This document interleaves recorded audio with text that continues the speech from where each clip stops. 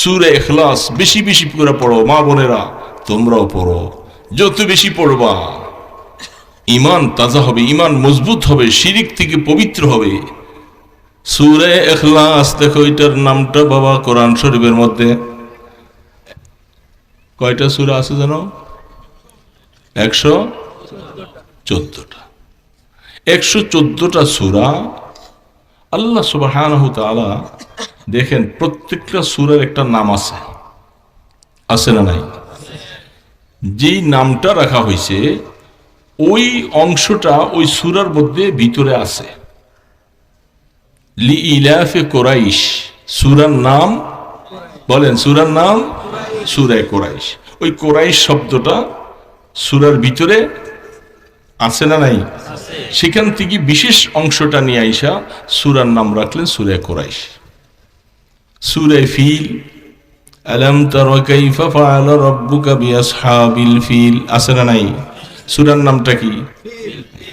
এরকম প্রত্যেকটা সূরা বিশেষ অংশ জুজে মুতাবারকে সেখান থেকে আইনা নামকরণ করা হয়েছে। কোন সূরার নাম এইভাবে নাই, কোন সূরার নাম নাই, শুধু এই সূরাটার নাম সূরা ইখলাস। তার মধ্যে এটা যত বেশি এটার মধ্যে মেহনত হবে, গভীরতা হবে, বেশি তেলাওয়াত হবে, তখন বারবার আসবে যে আমার আল্লাহ কোন সত্তা, কোন জাত, তার কি পাওয়ার আর তার কি ক্ষমতা, তিনি সবকিছু এই সূরার মাধ্যমেই পাওয়া যাবে। আল্লাহর অস্তিত্ব খুঁজে পাওয়া যাবে, আল্লাহর কুদরত খুঁজে পাওয়া যাবে। কুল হুয়াল্লাহু আহাদ, আল্লাহ বেনিয়াস, কারো মুখাপেক্ষী নয়। সারা পৃথিবীর মানুষ যদি আল্লাহর ইবাদত না করে, একটা সেজদাও যদি আল্লাহকে না দেয়, আল্লাহ পাক বলে আমার খোদাইত্বের এক জাররাও কমবে না। তোমার ইবাদত দ্বারা আমার আসমান জমিন টিকিয়ে রাখছি। সবাই মিলে যদি আমাকে সেজদা করো, কাফেররা যদি মুসলমান হয়ে যায়, ইহুদিরা যদি মুসলমান হয়ে যায়, সমস্ত ধর্মাবলম্বীরা যদি মুসলমান হইয়া একসাথে আল্লাহকে সেজদা করতে থাকে, আল্লাহ পাক বলেন আমার খোদাইত্বের এক জাররাও বাড়বে না, যেমনটা আছে তেমনই থাকবে। আল্লাহুস সামাদ। এই জন্য আল্লাহ সুবহানাহু ওয়া তাআলা এই সূরাটার নাম ভিন্নভাবে রাখছেন সূরা ইখলাস। দোস্ত, ইখলাস অর্জন করো। আল্লাহ পাক আমাকে দেখে, এই কথাটা যত বেশি খেয়াল হবে তত মনে হবে যে আল্লাহ দেখেন, আল্লাহ দেখেন, আল্লাহ সবকিছু দেখেন, তাকে কোনোদিন ফাঁকি দেওয়া যাবে না। তো আল্লাহ দেখেন এই কথাটা যদি কারো খেয়াল থাকে, তাহলে গুনার কাজ করা তার জন্য সম্ভব হয় না, গুনার দিকে যেতে পারে না, গুনার দিকে পা বাড়াইতে পারে না, নামাজ না পড়ে সে থাকে না যে আল্লাহ তো দেখে। এই সময় যদি আমার মৌতটা হয়ে যায় যে আমি নামাজ না পড়ে চলছি, বেগানা নারীর দিকে মজা করে করে বারবার তাকাচ্ছে, ওই সময় যদি আজরাইল আমার রুহটা কবজ করে, কি অবস্থা দেখা যাবে? গান বাদ্যের আসরের মধ্যে আছি, কত মজা, কত তামসা, নর্তকী নাচ চলছে, এই সময় যদি আজরাইল ইসলাম চলে আসে, তাহলে আমার মৃত্যুটা কি অবস্থায় হলো? এরকম আছে না নাই আমাদের দেশে? কি আশ্চর্য এই গান বাদ্য ইত্যাদি। সূরা নহল, মৌমাছির নামে সূরা, মাকড়সার নামে সূরা। মাকড়সা চিনেন? আল্লাহ পাক বলেন সবচেয়ে দুর্বল ঘর হলো মাকড়সার ঘর। মাকড়সার থেকে এত দুর্বল ঘর আর পৃথিবীতে কারো নাই।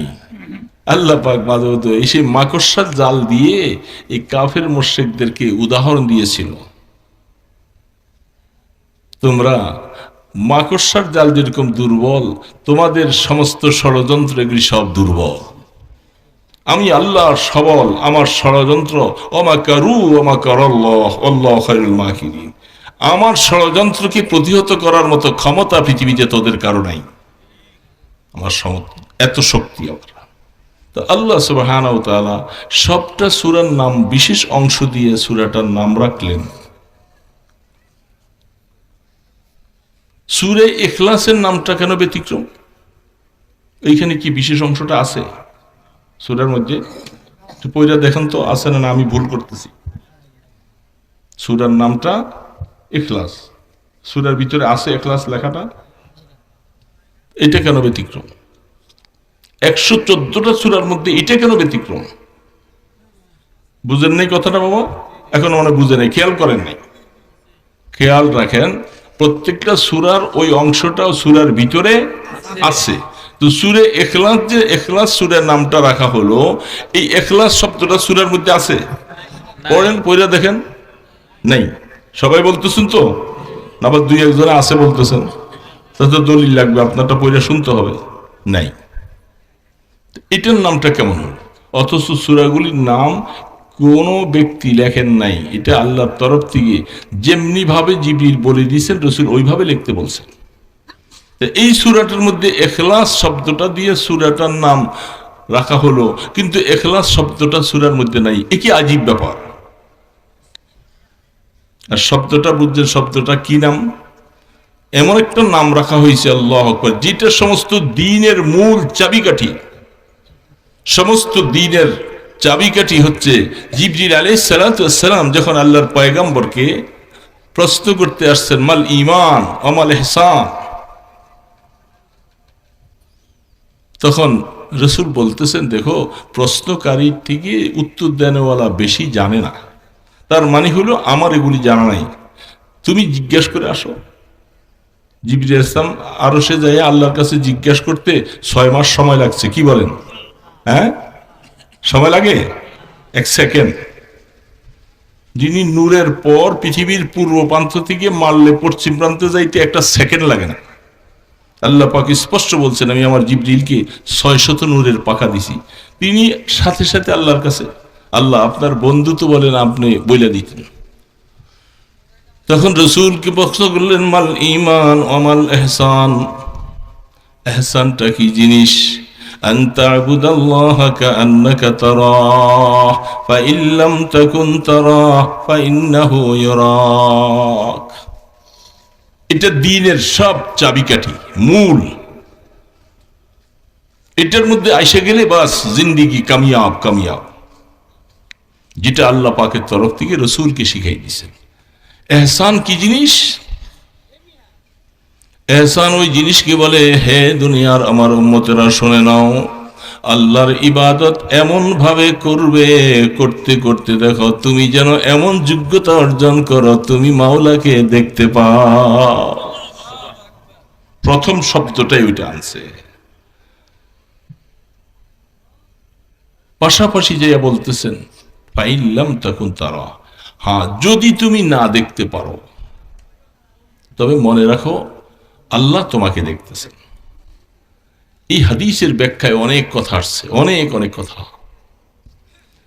প্রথম শব্দটা যখন আল্লাহ পাক বলছেন, তুমি এমন ভাবে ইবাদত করো, ঈমানকে তৈরি করো যেন তুমি আল্লাহকে দেখতে পাও, তার মানে হচ্ছে দুনিয়াতে না হলেও ঈমানদার তার আমলের বিনিময়ে আল্লাহ তাকে এমন পুরস্কার দিবে, সে জান্নাতে যে আল্লাহকে দেখবে।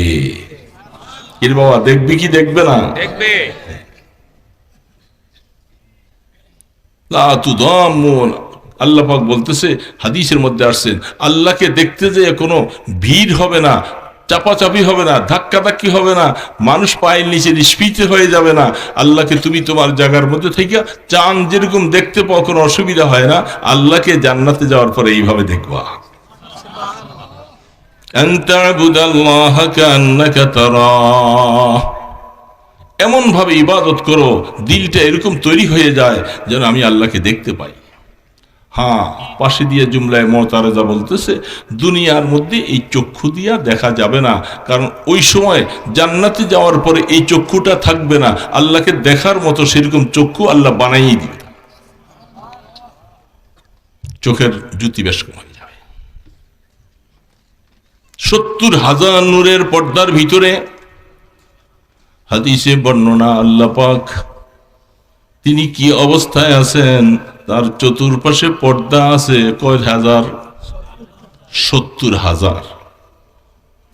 মুসা আলা নবীনা আলাইহিস সালাতু ওয়াস সালাম যখন বলছেন, রব্বি আরিনি আনজুর ইলাইক, ওগো মাওলা তোমার কথা তো শুনছি, তুমি আমাকে কথা বলছো, মুসা তোমার হাতে কি, তোমার ডান হাতে কি, এই যে কথাটা আমাকে বলছেন আল্লাহ, আপনার জবানের কথাটা আমি শুনছি। এই শব্দটা কে বলছেন? আল্লাহ নিজে বলছেন মুসা আলাইহিস সালাম। তো যেহেতু কথা বলছেন মাওলা, মনে চায় কথা যখন বলছেন আপনাকে আমি দেখব।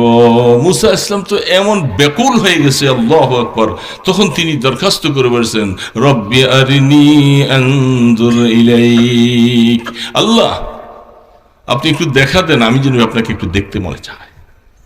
আল্লাহ পাক তখন বলছেন, লান তারানি, মুসা আমাকে তুমি এই চক্ষু দিয়া কখনো দেখতে পাবে না, কখনো না। চক্ষুটা পাল্টে যাবে। সেইখানে যখন জান্নাতে আল্লাহ পাক মেহেরবানি করে আপনাকে আমাকে আল্লাহ যখন জান্নাতে নিবেন, বলেন আমিন, তখন এই চক্ষু থাকবে না আল্লাহকে দেখার মতো। তখন আল্লাহ পাক 70,000 পর্দা থেকে তুর পর্বতে তাফসীরে লেখে, এই কান্না আঙ্গুলটার মাথাটা যতটুকু, এতটুকু তাজাল্লি দিছিলেন মাত্র পাহাড়ে। পাহাড়টা জ্বলে সারখার হয়ে গেল, মুসা ইসলাম বেহুশ হয়ে গেলেন। এতটুকু তাজাল্লি সহ্য করা যায় নাই। আর যেদিন আল্লাহকে দেখা যাবে, আল্লাহু আকবার, আল্লাহ, সেদিন কি মজা লাগবে। এই জন্যই তো বলা হয়, হুরুগল মা যতনে নেমত হায় তো সবসে বাকর নেমতে दीदार तो जन्नत इसलिए मतलूब है कि दारुल का है मकामुर रज़ा है। আল্লাহ আপনার কাছে যে আমরা জান্নাত চাই, কেন চাই? যেহেতু জান্নাতের মধ্যে গেলে আপনাকে দেখা যাবে এবং আপনার সন্তুষ্টি পাওয়া যাবে। সেদিন আপনি ঘোষণা দিবেন, এ আমার বান্দা, এই যে একবার মৃত্যু হওয়ার পরে জান্নাতে আসলা, মৃত্যুকে জবাই করে দেওয়া হলো, আর কোনোদিন তোমাদের মৃত্যু হবে না। আবাদুল আবাদ জিন্দেগির জন্য। এই জন্য আল্লাহ সুবহানাহু ওয়া তাআলাকে দেখার মতো দুনিয়ার এই চক্ষুটা থাকবে না, সেদিন চক্ষুটা পাল্টে যাবে। তো আল্লাহ সুবহানাহু ওয়া তাআলা, হ্যাঁ, যদি তুমি চোখ দেখতে না পারো, এতটুকু ঈমান অর্জন করি, আমল করতে করতে নিজের গুনাহ ছেড়ে দিয়া এতটুকু ঈমান যেন চলে আসে যে আমি ইবাদত করি আর গুনাহ করি, আমার আল্লাহ দেখে। দেখি কি দেখে না? যারা জুয়া খেলাতে বসে তাদের ব্যাপারটা দেখে না, যারা জিনার মধ্যে থাকে, ব্যভিচারে লিপ্ত হয়ে থাকে, তাদেরটা দেখে না। আল্লাহু আকবার। আল্লাহ দেখেন, এই কথাটা যদি চলে আসে, সব শেষ। এই জন্যই তো আয়াত বলেছেন, ওহুয়া মাআকুম আইনামা কুনতুম ওয়াল্লাহু বিমা তা'মালুনা বাসীর। এ গোলাম, তুই যেখানে যাবি, অন্য আয়াতে বলতেছেন, মা তাসকুতু মিন ওয়ারাকাতিন, আর একটা গাছের পাতা ঝরে পড়তেছে। যাচ্ছিলাম ওই দিন প্রোগ্রামে, হঠাৎ করে বাতাস আসলো আর গাছের পাতাগুলি সব ঝরঝর করে পড়ছে। মনে মনে চিন্তা করলাম, আল্লাহ, এই যে গাছের পাতাগুলি পড়ছে, আমাদের তো কারো খবর নাই, কিন্তু আল্লাহ পাক বলছেন কোন পাতাটা কোথায় পড়লো এটার এলেমও আমার আছে, আমি এটাও জানি। কত বড় কাদের ওয়ালা আমার আল্লাহ, কত বড় শক্তিওয়ালা আমার আল্লাহ। এই জন্য তুমি এতটুকু অর্জন করো যেন আল্লাহ দেখেন, বাস যথেষ্ট। এই কথাটা পাওয়ার জন্য সূরা ইখলাস নামটা দিয়েছেন। ওই যে আজকেও জুমার পরে কাশীপুর মধ্যপাড়ায় লালন ফকিরের নামে সেখানে মেলা বিশাল আয়োজন করেছে।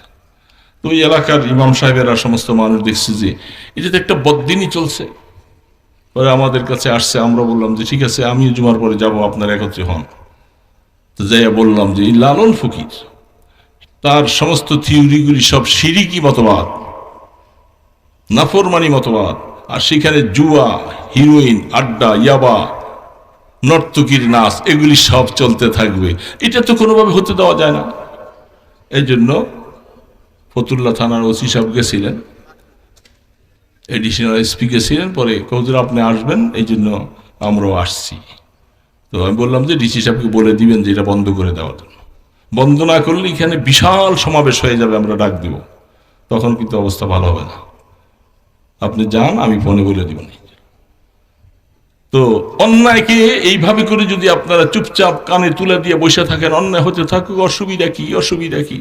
হতে হতে মাশাআল্লাহ আপনার ঘরে সব অন্যায় ঢুকবে, সেদিন আপনি বুঝবেন মজাটা কি, ঠিক না? হ্যাঁ, কি সাহস!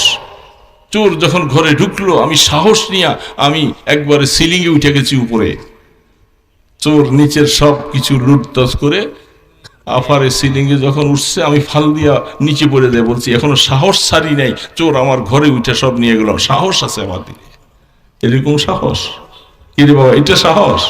এমন সাহস নিয়ে বাঁচতে চাই না কোনোদিন। ইমানদার তো এই সাহস নিয়ে বাঁচতে পারে না। অন্যায় দেখবে তো অন্যায়কে প্রতিরোধ করবে, এটা ইমানদারের বল হবে। পারবেন? কি বলে, আরে বাবা সিংহের মতো বেঁচে থাকো, একদিন শিয়ালের মতো 1000 বছর হায়াত বেঁচে থেকে লাভ নাই। পারবেন তো? মান রাআ মিনকুম মুনকারান ফালিয়ুগাইয়িরহু বিয়াদিহি। আল্লাহ রাসূল বলেন, যখন অন্যায়, নাফরমানি, অশ্লীলতা, বেহায়াপনা, মদ, জুয়া যখন দেখবা, তুমি হাতে বাধা দেওয়া, হাতে প্রতিহত করার চেষ্টা করবা, এটা ঈমানের প্রথম অংশ। তো এই ধরনের অন্যায় লালন ফিকির গান গাইবে, হ্যাঁ, ঢোল তবজা লাগবে, টুনটুনা টুন করে বাঁচতে থাকবে, আর ওই দিক দিয়ে মদ খাইয়া পাগল। গত কয়েকদিন আগে, 3-4 দিন আগে রাত্রে যাচ্ছিলাম আপনাদের এই রাস্তা দিয়া, তখন সেখানে টোলের গোড়ায় দেখি যে একটা খাইছে মদ, এটারে মাঝখানে বসাইছে। তো হুন্ডা চালাই না যেটা, ওইটার সামনে পিছে আরেকটা, এই মাঝখানে এটা হেল্লা পড়ে যায়, এমনি পড়ে যায়। তখন এটারে ধরে রাখতে আছে মাঝখান দিয়া কোন রকম। আমি গ্যারাজ গেলাম যে আরে গাদারে ফালাই দিয়ে গাড়ির নিচে, এই গাদার মদ খেয়ে মোটর সাইকেল নিয়ে উঠছো, আর এটা নিয়ে বাড়িতে নিয়ে যাইতে আসো। কত বড় বেহাম গাম দেখুন, কোনো হিস নাই, অনুভূতি নাই। এটা ধরে রাখছে ধাক্কা দিয়া, দুইটায় মাঝখানে রাখছে, এটারে শয়তান মাঝখানে রাখছে, সহযোগিতা করে আবার এটা নিয়ে যা মদ খায়। বড় আশ্চর্য, অনেক সময় দেখা যেত এরকম মদ খাইয়া পাগল হইয়া গালিগালাজ করে, হ্যাঁ পাগল মতো, এগুলারে ধৈরা ধৈরা এক হালি বাইন্দা এগুলার পিছনের মধ্যে ডাল্লার মধ্যে বাইরানোর দরকার, তো মদ ছাড়বে। দেখি না কি হয়, দেখি না কি হয়, দেখি না কি হয় বলতে বলতে তো সব তলে যাচ্ছে। এই জন্য যারা অন্যায় করে তাদের ভিতরটা দুর্বল থাকে, যারা হকের বলিষ্ঠ কণ্ঠস্বর, তাদের হকের আওয়াজের সামনে বাতিল এমনি দূর হয়ে যায়।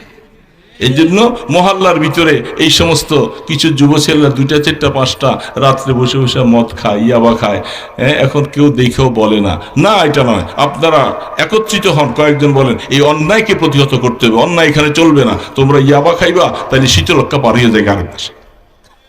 এই জন্য ভাইয়েরা, যুব সমাজ যারা আছে, তোমরা মজবুত হও। আল্লাহর দ্বীন কিন্তু যুবকদের মাধ্যমে আসছে। আবু বকর, ওমর, উসমান যারা ছিলেন যুবক ছিলেন, তারা এই বয়সে ঈমান আনছিল। আজ আমাদের সমাজের মধ্যে যারা যুবক যারা আছো, তোমরা অন্যায়কে প্রতিহত করবে, অন্যায়কে প্রতিবাদ করবে, তাহলে তোমার যুবকের দাম হবে আল্লাহর কাছে। আল্লাহ পাক বলবে কিয়ামতের ময়দানে, ওয়া শাবুন নাশা ফি ইবাদাতিল্লাহ, ওই যুবক যে আমার দ্বীনের জন্য তুমি সবকিছু করেছো, ইবাদত করেছো, আসো তোমার এই প্রতিদান কি দিব, ময়দানে হাসরে আমার আরশের নিচে তোমাকে জায়গা দিয়ে দিলাম। এই জন্য দোস্ত, কথা আর বলবো না, শেষ। আয়াত পড়েছিলাম, ওইটা ওখানে থাক, ওইটার কথা বলতে গেলে আরো অনেক সময় হয়ে যাবে, ক্লান্ত। আবার আমাদের মসজিদে ইসলাহি মাহফিল ছিল, কত কথা, জুমার আলোচনা, তারপর মাগরিবের পরের থেকে ওইখানে গেছি, ওইখান থেকে আসছি, এরপরে জুমার আলোচনার পরেও এতগুলি কথা, আবার ইসলাহি মাহফিল। আপনারা এখানে যা আছেন আলহামদুলিল্লাহ, 3 ভাগের 1 ভাগ আপনারা আছেন, আর বাকি বেশি আমাদের ইসলাহি মাহফিলে আছে। ওনাদের সবাইকে নিয়ে দোয়া করে এখানে আসছি। তো এই জন্য সুযোগ পাইলে মাঝে মধ্যে যাবেন। প্রত্যেক ইংরাজি মাসের 3য় শুক্রবারে, 3 নম্বর শুক্রবারে আমাদের মসজিদ ইসলাহি মাহফিল হয়। আল্লাহর বান্দারা আসে, আমরা কিছু মেহমানদারি করার চেষ্টা করি। তবে আপনাদের এখানে মনে হয় পোটলা পাটলি নাই দেখে মানুষ কম। কি পোটলা আছে নাকি? পোটলা চেনেন না? আমি পোটলাই বলি, মানুষ কয় তাবারুক। তাবারুক এটা কি? কেটাই দেয়, বরকত দেয় কেটায়, আবার কেটা এত বরকত দেয় বলা, যেন আমি যে পোটলা। এই যখন দোয়া মোনাজাতের সময় হয়, তখন দেখি যে ভুরভুর করে সব আইসা বসে যায়। এরা এতক্ষণ ওয়াজ শুনতে রাজি না, এখন পোটলা নেওয়ার জন্য আসছে। এই জন্য আপনাকে এখানে ব্যাপারটা হলো, পোটলাটা নাই দেখেই একটু কম কম পোটলা দেন, দেখবেন যে ওই দোকানপাট থুইয়া দিয়া সব চলে আসবে। কি ঠিক না ব্যাঠি? আগামীকালেও আছে নাকি মাহফিল? পোটলা আছে? হ্যাঁ, মাশাআল্লাহ। এই পোটলা পাটি করেন না, দিলে আসে 2 নম্বর পোটলার জন্য আসে। আল্লাহ সুবহানাহু ওয়া তাআলা কি কি হালাত অবস্থা, আমাদেরকে সহি দিন নিয়ে বেঁচে থাকতে চাই। যুবকগুলিকে হাত জোর করে অনুরোধ করে বলবো, বাবা তোমাদের জোয়ানটা আল্লাহর দ্বীনের সাথে লাগাও, কাজে লাগাও, নামাজি হয়ে যেও, দেখবা আল্লাহ তোমাকে সব কাজের মধ্যে বরকত দিবে। যেখানে যাইবা সেখানে বরকত পাইবা। আল্লাহকে নিয়ে থাকো, আল্লাহকে নিয়ে মরতে চাই। পারবো না যুবক বাবাদের? ইনশাআল্লাহ। আল্লাহ সুবহানাহু ওয়া তাআলা মেহেরবানি করে আমাদের যুবকদেরকে যেন কবুল করেন। আমরা যারা বুড়া হয়ে গেছি এখন, আমাদের তো এক পা কবরের দিকে চলছে, যে কতদিন বাচ্চা থাকি, আল্লাহ যুবকদেরকে উৎসাহিত করব, যুবকদের পাশে আমরাও থাকবো তো ইনশাআল্লাহ। তারা যখন যে কোনো অন্যায়ের সামনে এগিয়ে যাবে, আপনারা সৎ পরামর্শ দিবেন, তাদের সাহস যোগাবেন। কিন্তু আপনারা ঘরের দরজা বন্ধ করে বসে থাকলে এই যুবকরা আপনাদের বিরুদ্ধে কিয়ামতের ময়দানে এলিগেশন দিবে যে আল্লাহ এরা দরজা বন্ধ করে বসেছিল, আমরা অন্যায়ের প্রতিবাদ করতে গিয়েছিলাম, তারা যায় নাই। তাহলে সেদিন বুঝবেন মজাটা। যুবকদেরকে সাহস দিব তো ইনশাআল্লাহ। যুবকরা অন্যায়কে প্রতিবাদ করবে, অন্যায়ের সামনে যাবে। ইয়াবাওয়ালা থাকবে না, হিরোইনওয়ালা থাকবে না, ফেন্সিডিলওয়ালা থাকবে না। এদেরকে জোর করে ধরে কায়দা মতো ফোন দিবেন, থানার থেকে পাঠাই দিবে লোক। আপনাদের কিছু করা লাগবে না, এরা সাইজ করে দিবে। এই জন্য এই সমস্ত দিকে বাঁকবার চেষ্টা করি। আল্লাহ সুবহানাহু ওয়া তাআলা। আর কোন কথা আছে আপনাদের? কোন কথা বাকি আছে? আচ্ছা, সভাপতি বলেন তো শেষ দিন হয়, আজকে প্রথম দিন আর কি আর হবে? হ্যাঁ, কিছু নাই। আস্তাগফিরুল্লাহাল্লাযী লা ইলাহা ইল্লা হুয়াল হাইয়ুল কাইয়্যুম ওয়া আতুবু ইলাইহি। আস্তাগফিরুল্লাহাল্লাযী লা ইলাহা